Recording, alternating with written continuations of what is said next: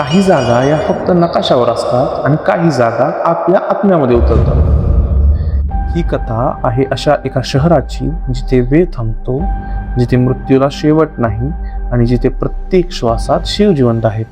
ही आहे वाराणसी, महादेवांची नगरी म्हणजेच काशी।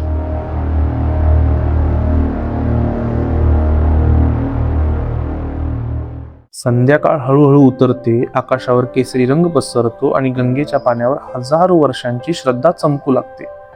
लोक इथे फक्त आरती बघायला येत नाहीत, ते इथे स्वतःला शोधायला येतात। कोणी उत्तर शोधत असतो, कोणी शांती, तर कोणी मोक्ष।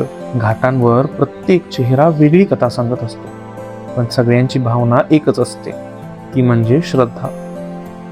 इथे भाषा वेगळी असू शकते, देश वेगळा असू शकतो, पण हर हर महादेव म्हणताना सगळे एक होतात। आणि मग तो क्षण येतो, शंखनाद होतो, जणू संपूर्ण काशी जागी होते।